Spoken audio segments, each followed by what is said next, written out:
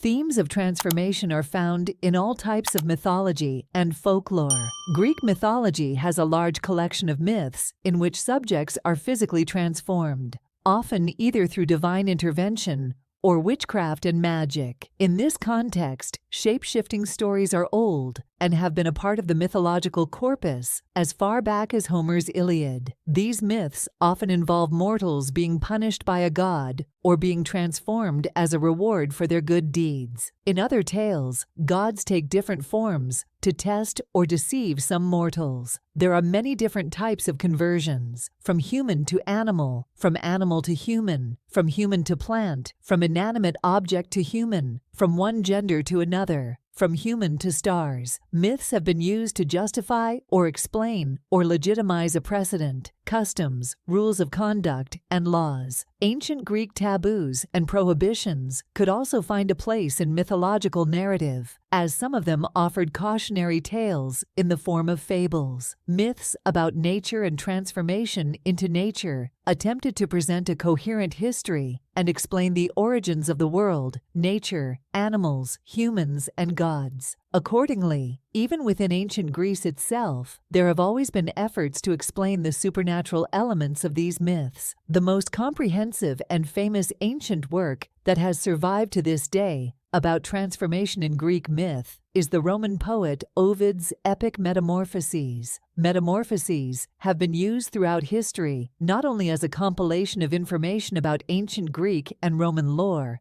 but also as a vehicle for allegorical explanations, glosses, interpretations, and adaptations. Indeed, in the medieval West, Ovid's work was the primary conduit for Greek myths. Although Ovid's compilation is the best known, there are 3 examples of the Metamorphoses by later Hellenistic writers that were written before Ovid's book, but little is known about their contents. Nicander of Colophon's Heteroeumena is better known and has a clear influence on the poem. However, in a way typical of writers of the period, Ovid departed significantly from his models. Nicander's work probably consisted of 4 or 5 books and situated itself within a historical framework. Other works include Boios's Ornithogonia, which contained tales of men turning into birds, and the little-known Antoninus Liberalis's own Metamorphoses, which draws heavily on Nicander and Boios. The list of these transformations I mentioned is quite long. This list goes on in a wide range, from plants to animals, from nature to objects, from gender to creatures.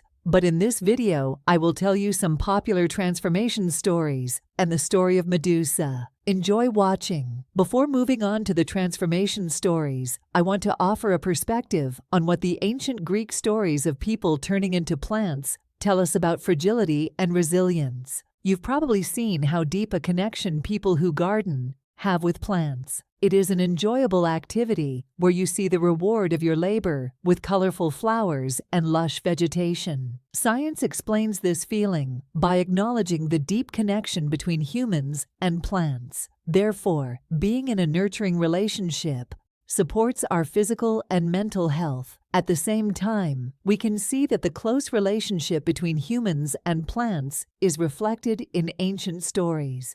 Just like plant life, human life follows the course of the seasons. Our youth is short and sweet, like spring, followed by the full flowering of adulthood in summer and the ripeness of middle age, which brings plenty and abundance like the autumn harvest. Finally, in the winter of our lives, we wither and die and are replaced by a new generation. The wind blows and a year's leaves scatter on the ground. But when spring comes again, the trees bud and open new leaves. In this way, Greek mythology expresses that human life, with its beauty and suffering, is part of the larger cycle of nature and should be viewed as equal to other living things, such as plants. Spring flowers are brightly colored, but they last only a short time, so they remind people of the beauty and promise of youth and the tragedy of young lives cut short. Greek myths, for example, tell the story of Narcissus, a young hunter who was so beautiful that he fell in love with his own image reflected in a lake.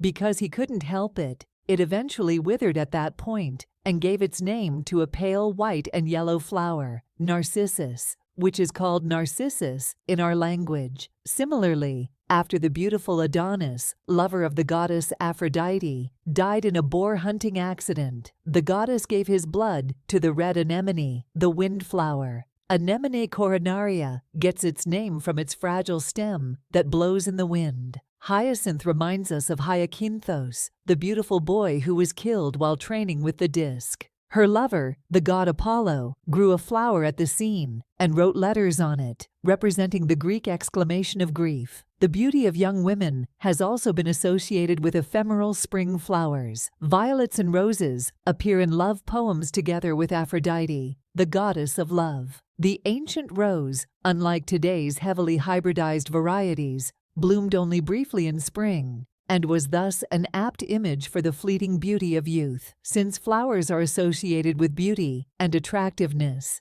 In Greek mythology, picking flowers evoked a young woman's exploration of sexuality. For example, the beautiful Europa, an Eastern Mediterranean princess, was picking flowers when she was abducted by the god Zeus and taken by sea to the island of Crete, where she gave birth to the legendary king Minos. In mythologies, the exploration of sexuality was often formulated in terms of death, and flowery meadows were thought to be a gateway to the underworld. For example, young and beautiful Persephone, Demeter's daughter, was collecting a bouquet of lilies, daffodils, and violets when she was kidnapped by Hades, the god of death. While spring flowers represented sexual attraction, the fruit that came in summer and autumn represented the completion of sexuality. So, when Persephone entered the underworld, she accepted a pomegranate from Hades, which sealed her fate to remain in the underworld for part of each year.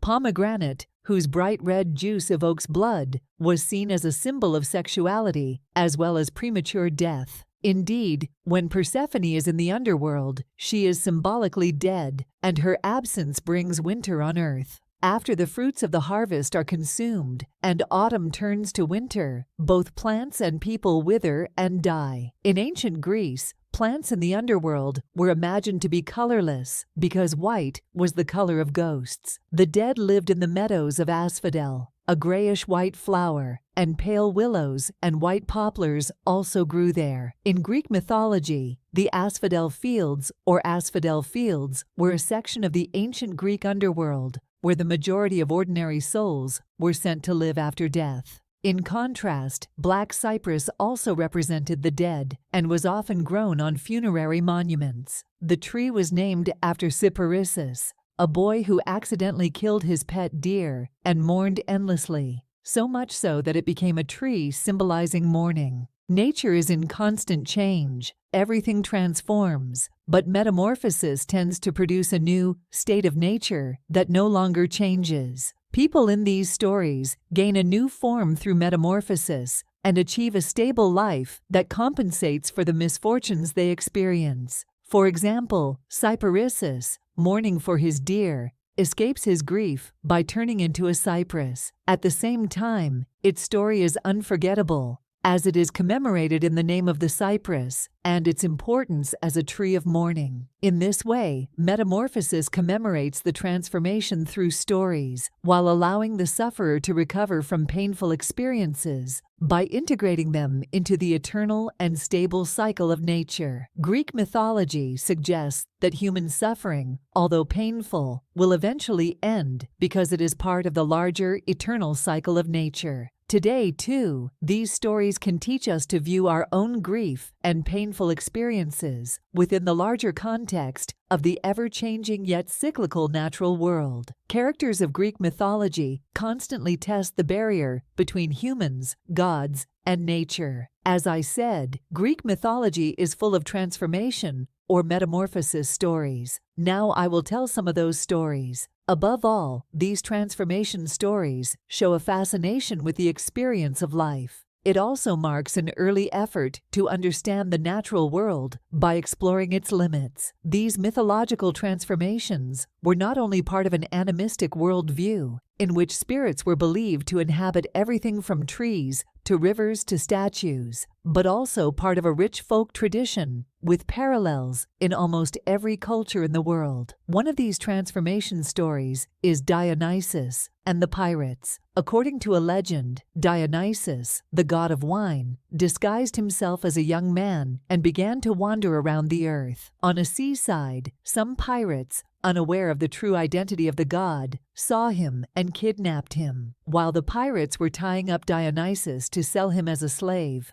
the captain of the ship realized that something was wrong with the person they had kidnapped. Believing that the young man was hiding a god behind his back, the captain tried to stop his crewmates in vain. The pirates did not listen to the captain, and eventually, Dionysus filled the ship with vines and monsters, revealing his true identity. The pirates abandoned the ship in terror and dived into the sea. When they jumped, they turned into dolphins. The captain was the only one who survived, Europa and the bull. The story of Europa's abduction is another story of Zeus transforming himself into an animal to seduce a mortal. In this incident, the god took the form of a bull. Europa was a descendant of the nymph Io. Zeus transformed himself into a white bull and mingled with the other animals in the palace of Europa's father, King Agenor of Tyre. At one point, Europa loved the bull and climbed on its back. Zeus did not miss this opportunity and kidnapped the woman to the island of Crete, where Europa became a queen and gave her name to the entire continent now known as Europe. Statue of Pygmalion. Pygmalion was a sculptor who was disappointed by the immorality of some women.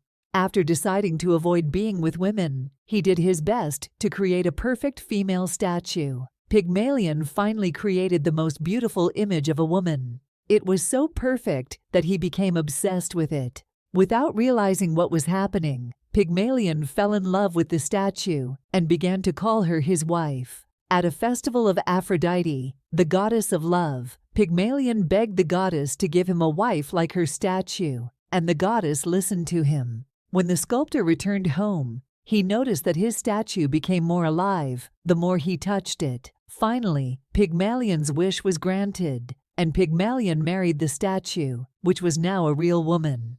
Daphne. Once upon a time, Apollo, the god of music, offended Eros, the god of love. Thereupon, Eros designed a perfect revenge. Using her powers, she made Apollo feel a strong attraction to the river nymph Daphne. However, he also ensured that Daphne was pushed strongly by Apollo. God could not control his emotions and went after Daphne, who had sworn to remain a virgin for life. While Apollo was hunting Daphne, the nymph could tell the god was catching up with her. At the last moment, when Apollo caught her, she screamed and asked for help from her father, the river god Peneus. Thereupon, Peneus turned Daphne into a laurel tree. Apollo never forgot his love for Daphne and took care of the tree, ensuring that its leaves always remained green. Narcissus was an extremely young man